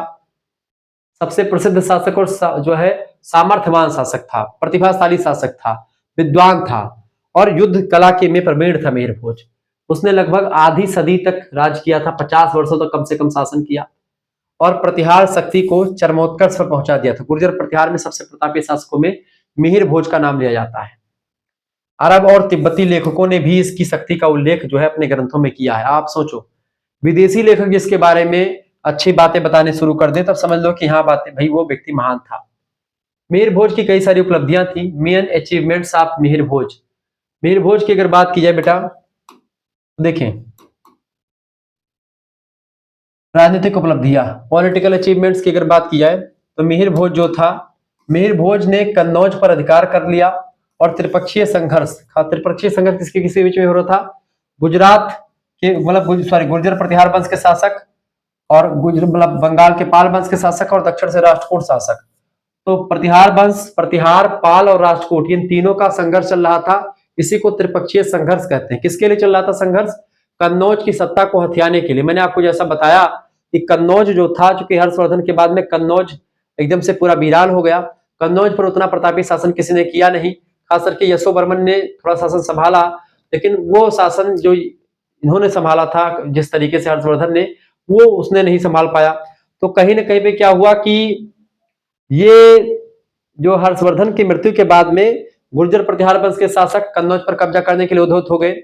इधर बंगाल के पाल शासकों का उदय हुआ और ये लोग भी मतलब कि यहाँ पर कन्नौज की सत्ता पर हावी मतलब कि हावी होने का प्रयास करते रहे। और इधर राष्ट्रकूट शासक भी हावी होते रहे कि भाई हमको कन्नौज मिल जाए। इस तरीके से आपस में तीनों भिड़ंत होती है और बड़ा युद्ध, बड़े संग्राम होते हैं। ये संघर्ष कई वर्षों तक चलता रहा। इसी को त्रिपक्षीय संघर्ष कहते हैं। मिहिर भोज ने कन्नौज पर अधिकार कर खास करके त्रिपक्षीय संघर्ष जो चल रहा था उसमें प्रमुखता प्राप्त की, यानी कि गुर्जर प्रतिहार वंश का शासक था तो इसने एक प्रकार से क्या किया, मिहिर भोज ने अपना जो है गुणवत्ता दिखाई और इसने कन्नौज पर अधिकार भी कर लिया था। उसने राष्ट्रकूटों को कई बार पराजित किया, क्योंकि राष्ट्रकूटों से हमेशा युद्ध होते रहते थे कन्नौज को लेकर के। यद्यपि पूर्ण विजय नहीं प्राप्त करी, लेकिन हाँ पराजित करके भगा देता था और बंगाल मतलब की कन्नौज पर शासन करने के लिए नहीं देता था। उसकी सत्ता गंगा यमुना के मैदान से लेकर के गुजरात और मध्य भारत तक पूरा फैली हुई थी, यानी कि मध्य प्रदेश, गुजरात, गंगा यमुना का जो मैदान है पूरा इस इलाका सब पूरा इसके कब्जे में था। सैन्य उपलब्धियां इसकी क्या थी? सैन्य उपलब्धियां, मिलिट्री अचीवमेंट्स। देखिए मिहिर भोज की सेना अत्यंत शक्तिशाली थी, जिसे अरब यात्रियों ने भारत की सबसे सशक्त सेना कहा था। अरब यात्रियों ने कहा कि भारत की सबसे सशक्त सेना जो थी, भारत की सबसे सशक्त सेना किसके पास थी? मिहिर भोज के पास थी, जो गुर्जर प्रतिहार वंश का शासक था, अत्यंत प्रतापी शासक था। उसके पास हाथियों की विशाल संख्या थी, बहुत बड़ी संख्या में हाथी रहती थी इनके यहाँ, जो युद्धों में निर्णायक भूमिका निभाते थे। हाथी लोग जब युद्ध में कूद गए पैदल सेना को तो ऐसा कचरा के खत्म कर दिया। घोड़े वगैरह वैसे देख के भाग जाते थे हाथियों को। इस तरीके से हाथियों को ट्रेनिंग मिलती थी ताकि वो एक प्रकार से खलबली मचा दे पूरे युद्ध में। और युद्ध की पंक्तियों में जब सेना भागने लगती है तो इस तरीके से पूरा युद्ध जो है बर्बाद हो जाता है। उसने विद्रोह को कुचल करके साम्राज्य की एकता बनाए रखी और इस तरीके से आगे चीजें होती रही। धार्मिक उपलब्धियों की बात की, रिलीजियस अचीवमेंट्स की अगर बात की जाए, धार्मिक उपलब्धियां, तो मिहिर भोज भगवान विष्णु का परम भक्त था और स्वयं को आदि वाराह उपाधि से संबोधित करता था। किससे? आदि वाराह। आदि वाराह का मतलब क्या होता है? आदि वाराह की उपाधि से कौन संबोधित करता था? भगवान विष्णु का परम भक्त था, इसीलिए ये आदि वाराह। वाराह अवतार भगवान का एक हुआ था, 12 अवतार हुआ था भगवान का, उसी अवतार से तुलना करता है। भगवान विष्णु का बहुत फेमस भक्त था ये। उसने अनेक मंदिरों का निर्माण भी करवाया था। किसने? मिहिर भोज ने। बौद्ध धर्म और जैन धर्म को भी संरक्षण दिया था। ऐसा नहीं कि बौद्ध धर्म का नुकसान पहुंचाया था। हिंदू धर्म का प्रबल भक्त था, लेकिन विष्णु भगवान का भक्त था, वैष्णव था, लेकिन बौद्ध धर्म और जैन धर्म को भी संरक्षण दिया था, जिससे उसका शासन धार्मिक सहिष्णुता का उदाहरण बना। और इस तरह के सभी धर्मों को समान सम्मान दिया, मानता था ये बौद्ध धर्म मतलब की विष्णु भगवान के धर्म को, यानी कि वैष्णव धर्म को। उस समय चूंकि सनातन धर्म वैष्णव, शैव इन सभी में बटा हुआ था। शंकर भगवान के मानने वालों को शैव, वैष्णव को यानी कि विष्णु भगवान के मानने वालों को कहा जाता था। आर्थिक उपलब्धियों की अगर बात की जाए, आर्थिक उपलब्धियां, इकोनॉमिक अचीवमेंट्स, साम्राज्य में कृषि और व्यापार का विकास हो रहा था। ठीक है, कृषि का विकास हुआ, व्यापार का विकास हुआ। उसने सुव्यवस्थित कर व्यवस्था बनाई थी ताकि एक प्रकार से कर यानी टैक्स जो देते थे लोग, वो एकदम से उस कोई भार नहीं पड़ता था जनता पर, जनता खुश थी। और जिसने राजस्व स्थिर किया था, यानी कि टैक्स को स्थिर करने का काम इसी ने किया था। सांस्कृतिक उपलब्धियां भी कई सारी रही हैं, ठीक है, मिहिर भोज के शासनकाल में। तो मिहिर भोज की ये सब उपलब्धियां रही है जो कि योग्य हैं, पढ़ने योग्य हैं, जानने योग्य हैं, ये बात आप ध्यान रखिएगा। सांस्कृतिक उपलब्धियां, कल्चरल अचीवमेंट्स। मिहिर भोज कला का और साहित्य का बहुत बड़ा प्रेमी था और इसीलिए उसका संरक्षण भी किया था। इसके दरबार में कई सारे कलाकार और कई सारे साहित्यकार रहा करते थे। इसके समय में मूर्ति कला भी जो है पनप रही थी। स्थापत्य कला का भी एक खूब विकास आप देखने को मिलता है, यानी स्थापत्य कला माने कि स्ट्रक्चर, मंदिर वगैरह बनवाने की शैली हो या घर बनवाने की शैली हो, ये सब भी इसके शासनकाल में इसका भी विकास था। कन्नौज को विद्या और संस्कृति का प्रमुख केंद्र भी माना जाता है। इस तरीके से कन्नौज पर इसका आक्रमण था, कन्नौज पर इसका शासनकाल हो गया था। तो इस तरीके से इसने बड़ा कुल हासिल किया था, बहुत सब हासिल किया था। ठीक है, निष्कर्षतया हम कह सकते हैं, क्या कह सकते हैं बाबू, कि मिहिर भोज प्रतिहार वंश का सर्वश्रेष्ठ शासक था, सबसे प्रतापी शासक था, सबसे विद्वान शासक था। साथ ही साथ में जिसने न केवल अपने साम्राज्य को सुदृढ़ किया, साम्राज्य का विस्तार किया, बल्कि सांस्कृतिक और धार्मिक सहिष्णुता का भी परिचय दिया, उसको भी साथ लाया। क्योंकि वैष्णव धर्म को मानने वाला था, लेकिन इसने जो है और भी चीजों को किया, प्रोत्साहित किया, और वह वास्तव में आदिवाराह की उपाधि की योग्य था, इसमें कोई दो राय नहीं है। आगे के प्रश्न जो आपको यहाँ पर दिख रहे हैं, इसके बारे में चर्चा करते रहेंगे। आइए हम जो आपको बता दूं कि अगर आपको हमारे कोर्स से जुड़ना है तो आप जुड़ सकते हैं। देखिए, कोर्स से जुड़ेंगे तो आपको इन सभी का पीडीएफ मिल जाए। जैसे ये आपको ये प्रश्न है, ये सारे अभी बहुत सारे प्रश्न है आपके, देखिए ये सारे पीडीएफ आपको मिल जाएंगे। क्लास से पहले, वीडियो लेक्चर से पहले आपको पीडीएफ भी मिल जाएंगे, आप आसानी से देख पाइएगा। कोर्स से जुड़ने का यही फायदा होता है कि तमाम सारे नोट्स आपको मिल जाते हैं, जिसको आप पहले से पढ़ सकते हैं। ठीक है, ये सब आपको नोट्स मिल जाएंगे। इसकी क्लास बाद में आएगी, लेकिन इसका जो है सारा नोट्स आपको मिल जाएगा। ये देखिए नोट्स कितना लंबा मैंने तैयार किया, सारे क्वेश्चन आपकी परीक्षा के लिए इंपॉर्टेंट है। दीर्घ उत्तरीय टाइप के क्वेश्चन है, इससे बाहर एक भी क्वेश्चन नहीं आएगा। लास्ट क्वेश्चन आपका जो है, कौन सा क्वेश्चन सही है, पृथ्वीराज चौहान की उपलब्धियों के बारे में यहाँ पर देखें 12 नंबर क्वेश्चन। तो अभी आपके 7 क्वेश्चन, 5 क्वेश्चन मैंने करवा दिए हैं या 4 क्वेश्चन, अभी बाकी सारे क्वेश्चन आपके बचे हुए, इनके बारे में चर्चा हो जाएगी। ये सब पीडीएफ आपको मिल जाएगा। जैसे ग्रुप से आप जुड़ेंगे, बिना क्लास के ही पीडीएफ आपको मैं मतलब की सेंड कर दूंगा, परेशान नहीं होना। कैसे जुड़ना है हमारे क्लास मतलब की व्हाट्सएप ग्रुप से, 9161936062, इस नंबर पर आप व्हाट्सएप पर मैसेज कर दीजिएगा। इतना जबरदस्त तरीके से व्यवस्था नोट्स तैयार कर दी गई कि एक भी प्रश्न आपका बाहर से नहीं आएगा। किताब सीरीज कुछ खरीदने की आपको जरूरत नहीं पड़ेगी। आप एक दिन पढ़ करके, 2 दिन पढ़ करके जाइए, पेपर में आसानी से आप अच्छा नंबर लेकर के आएंगे। इस नंबर पर आप क्या लिखिए, अपना नाम, अपनी यूनिवर्सिटी का नाम, अपने सब्जेक्ट के नेम और अपने सब्जेक्ट के नेम लिख करके आप भेज दीजिएगा। इस सेमेस्टर में लिख करके भेज दीजिएगा। जैसे इतना लिख करके आप भेजेंगे हमारे व्हाट्सएप नंबर पर, इस नंबर पर, और ध्यान रखिए जिसको भी जुड़ना है वही एसएमएस कीजिए, बिना मतलब के एसएमएस नहीं करना है। जैसे इस नंबर पर आप एसएमएस करेंगे, आपके पास एक क्यूआर कोड यानी स्कैनर भेजेंगे। उसी क्यूआर कोड पर आपको मात्र 100 रुपए फीस जमा कर देनी है। ये फीस आप किसी दूसरे से भी जमा करवा सकते हैं, खुद भी जमा कर सकते हैं। जैसे आप दुकान पर जाते हैं तो आप समोसा खाए या कुछ भी खाए तो आप पेमेंट करते हैं, सेम इसी प्रकार से आपको स्कैनर पर अपने फोन का खोल करके स्कैन कर देना है, तुरंत आपको जोड़ दिया जाएगा। और सब कुछ वहां पर क्या मिलेगा आपको, सबसे पहली बात है क्लास किसी एप्लीकेशन पर नहीं चलने वाली है। अभी आपको यहाँ पर व्हाट्सएप ग्रुप के माध्यम से क्लास होगी, व्हाट्सएप पर आपको जोड़ा जाएगा। वहीं पर आपको लाइव क्लास की लिंक मिलेगी व्हाट्सएप ग्रुप में, प्लस में आपको वीडियो लेक्चर्स मिलेंगे। ठीक है, साथ ही जितने भी पिछले साल मतलब पिछले लेक्चर्स आपके छोटे वो सब भी प्लेलिस्ट में आपको मिल जाएंगे, वो प्लेलिस्ट में सेंड कर दूंगा। सीरियल से इसमें वीडियोस आपकी लगी हुई हैं। साथ ही साथ में आपको यहाँ पर सबसे इंपॉर्टेंट बात है कि यहाँ पर आपको पीडीएफ मिल जाएगा। पीडीएफ जैसे प्रैक्टिस सेट का पीडीएफ, जैसे ये पीडीएफ है, आप इसको पढ़ लेंगे ऐसे ही, दो मतलब केवल यही पढ़ लीजिएगा तो आपका काम हो जाना है। लेकिन ऐसे 2-3-4 प्रैक्टिस सेट मैं तैयार कर रहा हूँ। वैसे एक तैयार ही हो चुका है ये, इसके अलावा 2 और तैयार हो रहे हैं। जैसे तैयार होंगे तो वो सब आपको ग्रुप में मिल जाएंगे। केवल एक सब्जेक्ट ही नहीं, यहीं पर केवल 100 रुपए में एक सब्जेक्ट का नहीं बल्कि सारे सब्जेक्ट का मिल जाएगा। जैसे कि आपका 3 मेजर सब्जेक्ट है, तीनों का मेजर सब्जेक्ट का, एक माइनर का, एक को करिकुलर का, यानी 4-5 सब्जेक्ट जो भी आपके होंगे उनकी तैयारी आपकी करवा दी जाएगी बहुत बेहतर अंदाज में। को करिकुलर का आप परीक्षा ऑब्जेक्टिव होती है सभी विश्वविद्यालय में, उसके लिए पूरी व्यवस्था 10 प्रैक्टिस सेट कम से कम आपको उसके मिल जाएंगे। ये सब आपको मिलते रहेंगे मात्र और मात्र 100 रुपए फीस में। परीक्षा के अंतिम दौरान तक आपकी इतनी तैयारी हो जाएगी कि आपको एक भी प्रश्न बाहर से नहीं देखने को मिलेगा और बहुत ही अच्छे तरीके से आपके लिए व्यवस्थित किया जा रहा है। अधिकतर विश्वविद्यालय में जो सिलेबस होता है, जो नेशनल एजुकेशन पॉलिसी के अंतर्गत सिलेबस है, उसी को मैं पढ़ाता हूँ। बिहार, राजस्थान, उत्तर प्रदेश, इन सभी बच्चों के लिए इंपॉर्टेंट है। अब इससे हो सकता है किसी का 642 तक पढ़ना हो, किसी को 1206 तक पढ़ना है, किसी को 647 तक पढ़ना है, किसी को 707 तक पढ़ना है। तो सभी के लिए यही लेक्चर है, कोई इसमें नहीं कि आपको ये पढ़ना वो पढ़ना, सभी के लिए यही है। एक आध 2 क्वेश्चन आगे पीछे होते हैं, उसके लिए उतना सोचिए नहीं। ठीक है, तुरंत एसएमएस कीजिए इस नंबर पर, आपको सब कुछ मिल जाएगा मात्र 100 रुपए फीस में।